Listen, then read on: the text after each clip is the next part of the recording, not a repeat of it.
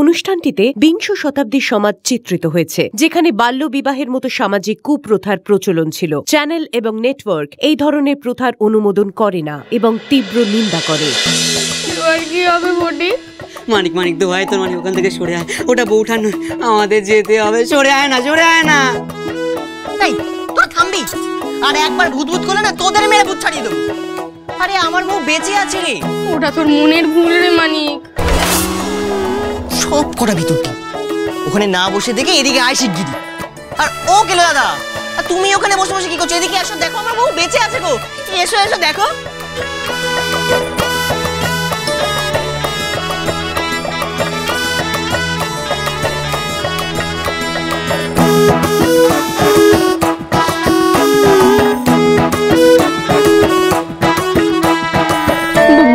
বউঠান, আপনি বেঁচে আছেন? আমি বেঁচে থাকবো না কেন? সেই থেকে যে পড়েছিলেন, আপনার কোনো শান ছিল না? মানিক অত ডাকলে আপনি সাড়া দিলেন না, আর ওইদিকে ওই চোরকিও যা বললে আপনি আর নাই। ওটা ভারী পাজি ঠাকুর। তখন আমাকে কি খাইয়ে দিল, তারপর আমি এমন ঘুম ঘুমিয়েছি যে আমার এখন কিছু মনেই পড়ছে না। তবে জানেন পৃথ্বীরাজ, আমার জ্বরটা কমে গেছে। আসলে আমি এত ঘুমিয়েছি যে জ্বর বাবাজি পালিয়েছে। সত্যি তো? তোমার তো জ্বর নেই আর। দাঁড়াও, কি বললে? খাইয়েছে মানে কি খাইয়েছে তোমাকে জ্বর কি ওঝা?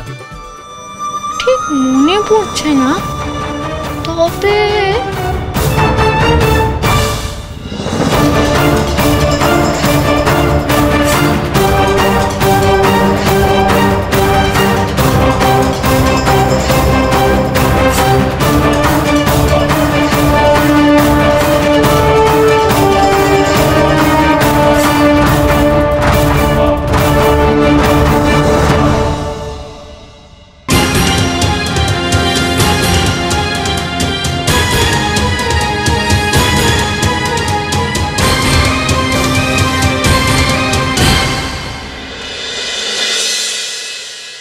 তার মানে চোরকি ওজার সাথে হাত মিলিয়ে ফুলপিসিরা তোমার এই অবস্থা করেছে বউ। আমার সকাল থেকেই ওদের হাবভাব দেখে কেমন একটা সন্দেহ হচ্ছিল। তার মানে ভূত তুচ্ছ বাজে কথা? তা নয় তো কি, সকালবেলা কবিরাজ মশাইকে ডাকতে গিয়ে ফুলপিসো কেমন চোরকি ওজাকে নিয়ে চলে এলো, মনে নেই? ঠিক। আর বউঠানকে যে ভূতে ধরেছে এটা পিসেমশাই জানলো কি করে, যে সোজা একেবারে ওঝা নিয়ে চলে গেল? সকালে সকালে ফুল দিদি প্রথম বউ দিদির ভূতধারার খবরটা রটিয়েছিল, মনে আছে মানিক দাদা? আছে আছে আছে, সবটা মনে আছে কেলো দাদা, সবটা মনে আছে। আর এখন সবটা মিলিয়েও যাচ্ছে।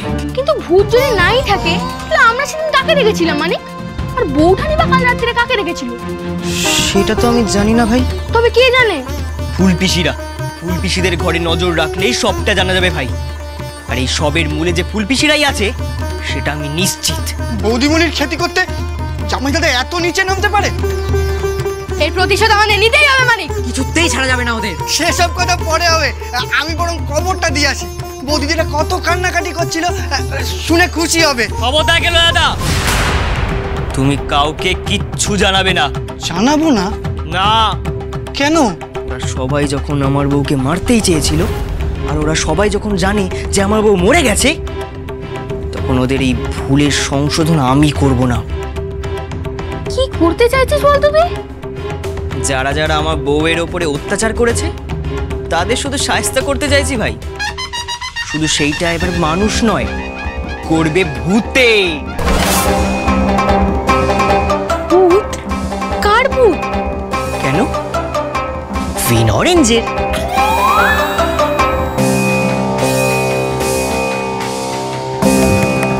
কিন্তু পৃথ্বীরাজ। কোনো কিন্তু নয় বউ, আমি এবার আর তোমার কোনো কিন্তু শুনবো না।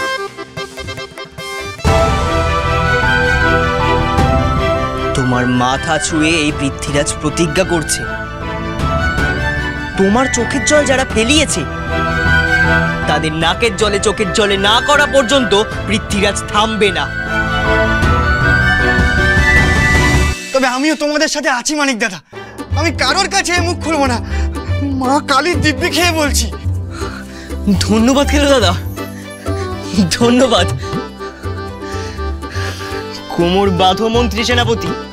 এবার একা চোরকি ওঝা নয়, যারা যারা আমার বউয়ের এই অবস্থার জন্য দায়ী তাদের সবাইকে চোরকি নাচন নাচাবে এই পৃথ্বীরাজ। তিলে তিলে সেই কষ্ট আমি সবাইকে ফিরিয়ে দেব।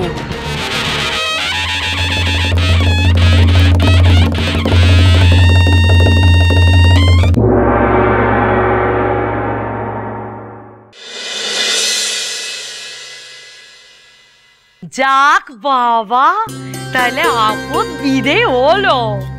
কম কাট কর পড়াতে নি কিন্তু সত্যি আমার তো এখন মনে হচ্ছে এক গাল ভাত টপ করে গিলে জমের মতো গলার কাঁটা কানা ছড়িয়ে ফেলে দিয়েছি। সাপের লেজে পা দিয়েছিল, চবল তো খেতেই হবে। আমার যে এখন কি মনে শান্তি হচ্ছে কি বলবো। আমাদের করা সব অপমানের প্রতিশোধ আমরা একেবারে উসুল করে নিয়েছি। আর এখন যখন মেয়ের বাপের ঘরে কপরখানা যাবে, তার আগেই ওই মেয়ের আত্মা বৈতরণী পেরিয়ে যাবে। আমি কিন্তু আপনাদের জন্য পয়া দেখেছেন মা, আমি এসেছি আর আপনাদের সবচেয়ে বড় সূত্র ছুটি নিলে। কিন্নি, আজ দুপাত তো বেশি চড়াবো, দয়া করে অশান্তি করো না। আমার এক জোড়া পদ্ম বালা আর বৌমার নুপুরখানা দিয়ে যা খুশি করো, আমি কিচ্ছুটি কইব না বলে দিলে। দিব তো বলেছি, একটু সবর করো না। আমি একবার তোমায় মনে করিয়ে দিলে। জম সেজে আমার বাবাকে ভয় দেখিয়েছিল না মানকে আর মানকের দল, আমিও এই সিং মাথায় দিয়ে ভগবতী চুরি করে মানকের বউকে সোজা জমের দুয়ারে পাঠিয়ে দিয়েছি।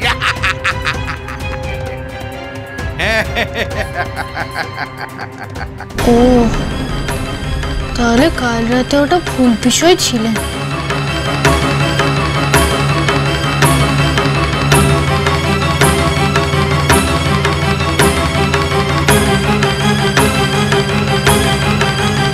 বাবা, আপনি তো দেখছি নিজেই সব বাবা নিয়ে নিচ্ছেন। বাবা, আমি আর মা কি তবে কাল রাতে দিদির মুখ দেখতে গেছিলাম? একদম ঠিক। আমি যদি ওই বৌমার গাড়ে আঁচড়খানা না কাটতাম, তাহলে তোমার ওই চোরকি ওজার কথা কেউ বিশ্বাস করতো না। আর আমি তো আচ্ছা বেশ বেশ, আমরা যা করেছি তিনজনে মিলে করেছি, এবার হলো শান্তি। দেখেছো বউ, তুমি এর পরেও বলবে ওদের শাস্তি না দিতে? ওরা তোমাকে এত কষ্ট দিয়েছে তো, ওদেরকে আমি ছাড়বো না। হেসে নিক, হেসে নিক, যত হাসার হেসে নিক। তারপর এমন কাঁদার কাঁদবে যে মুকুজ্জে বাড়িতে নোনা জলের নদী বইবে। পৃথ্বীরাজ, হ্যাঁ বউ? আমার খুব খিদে পেয়েছে। আরে সেটাই তো স্বাভাবিক, ফুল পিছু তো তোমাকে কালকে রাতে খাবারই দেয়নি। তবে তুমি কোনো চিন্তা করো না, হরেন আর ফুটিয়ে খেসেলে তোমার জন্য খাবারের বন্দোবস্ত করছে। আজকে থেকে তোমার যা যা ইচ্ছে যখন ইচ্ছে তাই এনে দেবে তোমাকে পৃথ্বীরাজ। তবে হ্যাঁ, সবার চোখ এড়িয়ে। না না না, এবার চলো চলো চলো চলো।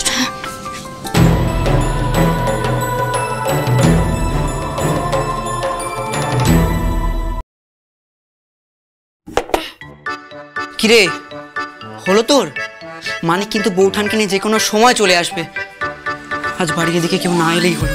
আজকে হেসেলে কেউ ঘেসবে না, তুই ওদিকে নজর রাখ না। এই, আমাকে একদম জ্ঞান দিবি না। মহারাজের আদেশ আমি একদম অক্ষরে অক্ষরে পালন করি। সব গন্ডগোল তোর জন্য হয়। আচ্ছা ঠিক আছে, তুই ওদিকে নজর রাখ। এই, তোকে বৌঠানের জন্য খাবার বাড়তে বললাম আর তুই নিজে গিয়েছিস। এই যে বৌঠানের বেশি ওটা মিষ্টি মুখ রে ভাই, এটা তুইও খা। তোদের মিষ্টি মুখ করা হয়েছে? এই, তোরা এসে গেছিস, তোদের জন্যই অপেক্ষা করছিলাম। আসুন বৌঠান আসুন, আপনার ভোজন সব তৈরি আছে। আপনার জন্য আলোটা জ্বেলে দিই। হ্যাঁ, এই খবরদার না, তোদের বৌঠান এই বাড়িতে ভূত হয়ে এসেছে, মানুষ হয়ে নয়, সেটা একদম ভুলে যাস না। কিন্তু আমার তো এই বাড়িতে আসা মানা পৃথ্বীরাজ। আরে বাবা, সে মানা ছিল গো, এখন আর নেই। ঠাকমা তোমার শাস্তি সকালবেলায় মুকুব করে দিয়েছে। আর তুমি তাড়াতাড়ি খেয়ে নাও দেখি, তাড়াতাড়ি খাও, তাড়াতাড়ি খাও। নিন বৌঠান, খান খান।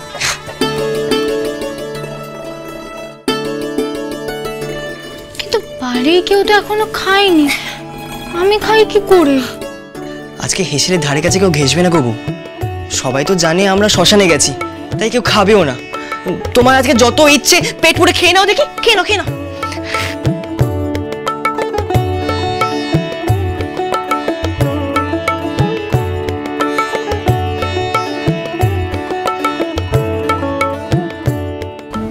আপনি আমার দিকে এইভাবে তাকিয়ে আছেন কেন?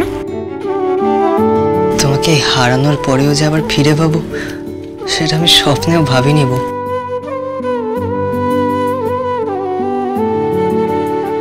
আমি না এবার সত্যি সত্যি ভয় পেয়েছিলাম গো।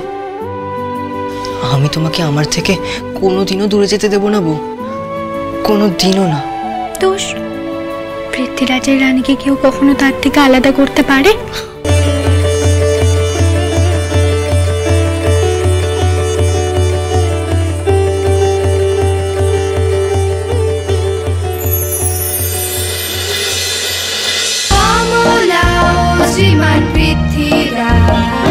চলো চলো চলো চলো চলো পাল্টাই।